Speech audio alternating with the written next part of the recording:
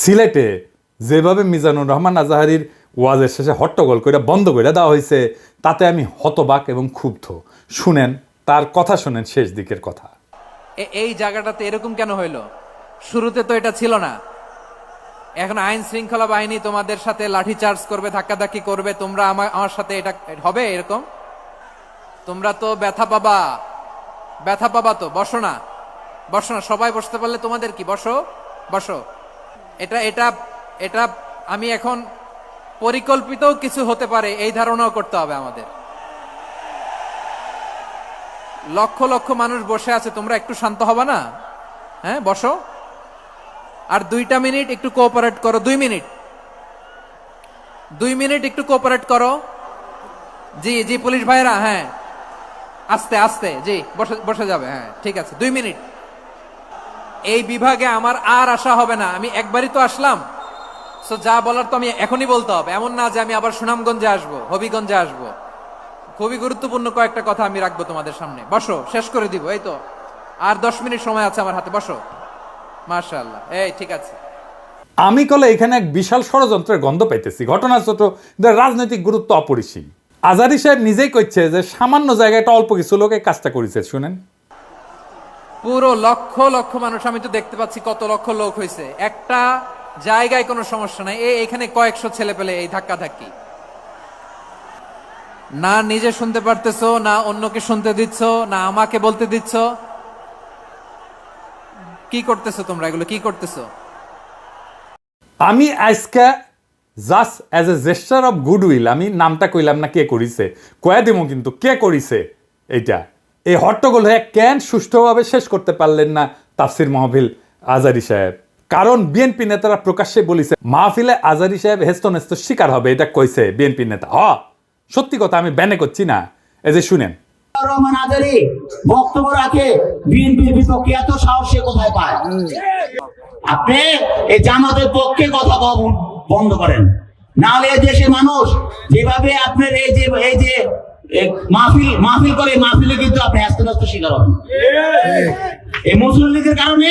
কারণ এই মুসলিম লীগ কিন্তু বিএনপিকে পছন্দ করে, এই মুসলিম লীগ কিন্তু অন্য সংগঠনকে পছন্দ করে। কিন্তু আল্লাহর নামে স্লোগান দিয়ে, ধর্মের কথা বলে, মাথায় টুপি লাগিয়ে পাঞ্জাবি পরে বিএনপিকে বলবেন না আপনি, তাহলে কিন্তু আস্তে আস্তে শিকার হবেন। আবার যে কোনো মুহূর্তে কিন্তু আপনি দেশান্তর হতে পারেন।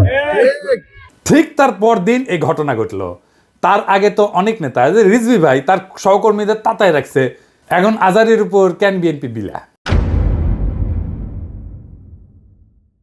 দুইটা কারণে। এক, বিএনপির তো জমায়েত করতে টাকা খরচা হয়, এমন কোনো বক্তা নাই যার বক্তৃতা শোনার জন্য লাখে লাখে মানুষ যাবে। খালেদা জিয়া বা তারেক রহমান আসলে যাইতে পারে, কিন্তু দেশে আছে এমন কোন নেতার বক্তব্য শুনতে এখন আর যাবে না লাখে লাখে লোক। আর আজহারীর বক্তব্য শোনার জন্য স্মরণকালের সর্ববৃহৎ সভা হচ্ছে, যেটি যাচ্ছে সেটি হচ্ছে। এটা গা টাটাইতেছে বিএনপির। জনসমাগম মানে ক্ষমতা, বুঝছাও?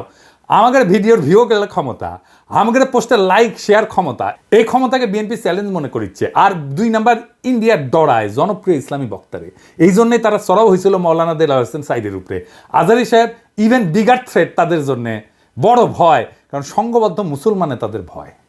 আজহারী জামাত করে না, তার বয়স কম, তারা যুদ্ধাপরাধী বানাইতে পারবে না। চমৎকার কথা বলে, আধুনিক, মননশীল, অপূর্ব সুন্দর গলা আর চেহারা, মাশাআল্লাহ, ইংরেজি বলতে পারে ভালো। এইরকম একজন দায়ীকে কোনোভাবে টলারেট করবে ইন্ডিয়া? করবে না। এক বেকুব তার মাথার দাম ধার্য করেছে। শুনেছেন? শুনেন,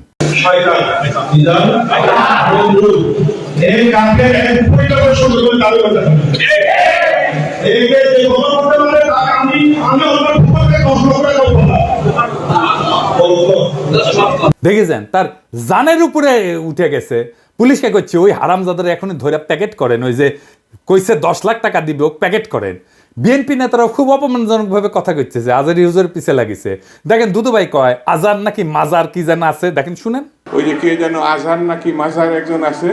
হ্যাঁ দুদু ভাই, আপনারা যে বিএনপির দুদু বলে এটা জানেন? হ্যাঁ, দুদু বুকের দুদু নাম বিকৃত করেন কে? বেদবি কুটি থেকে শিখিছেন? আপনার কর্মী আপনার কথা না শুনে আজারি হুজুরের কথা শুনবি? এটা জানেন না তো? কর্মীর সাথে তো যোগাযোগ নাই, জিজ্ঞেস করে দেখেন। আজহারী হুজুরের নাম শুনলে কয়বার সালাম দেয় শুনেন, আর আপনার পিছে যে কি কয় শুনেন। নিজেরা বেশি হারকুলিস ভাবেন না, বুঝছেন? উঠলে দিন বাগে খেছে। আওয়ামী লীগ আমলে ওয়াজে আইসা আওয়ামী লীগ নেতারা চড়াও হইতো না, দেখেছেন না, চড়াও হইতো না, এখন বিএনপি নেতারা চড়াও হচ্ছে।